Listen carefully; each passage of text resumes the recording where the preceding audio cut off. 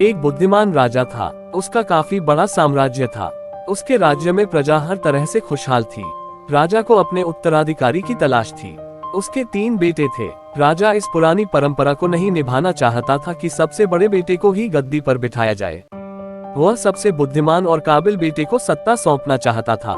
इसलिए राजा ने उत्तराधिकारी के लिए तीनों की परीक्षा लेने का फैसला किया। राजा ने तीनों बेटों को अलग अलग दिशाओं में भेजा। उसने हर बेटे को सोने का एक एक सिक्का देते हुए कहा कि वे इससे ऐसी चीज खरीदे जो पुराने महल को भर दे। पहले बेटे ने सोचा कि पिता तो सठिया चुके हैं, इस थोड़े से पैसे से इस महल को किसी चीज से कैसे भरा जा सकता है। इसलिए वह एक मैखाने में गया, शराब पी और सारा पैसा खर्च डाला। राजा के दूसरे बेटे ने इससे भी आगे सोचा। वह इस नतीजे पर पहुंचा कि शहर में सबसे सस्ता तो कूड़ा कचरा ही है। इसलिए उसने महल को कचरे से भर दिया। तीसरे बेटे ने 2 दिन तक इस पर चिंतन मनन किया कि महल को सिर्फ एक सिक्के से कैसे भरा जा सकता है। वह वाकई कुछ ऐसा करना चाहता था जिससे पिता की उम्मीद पूरी होती हो।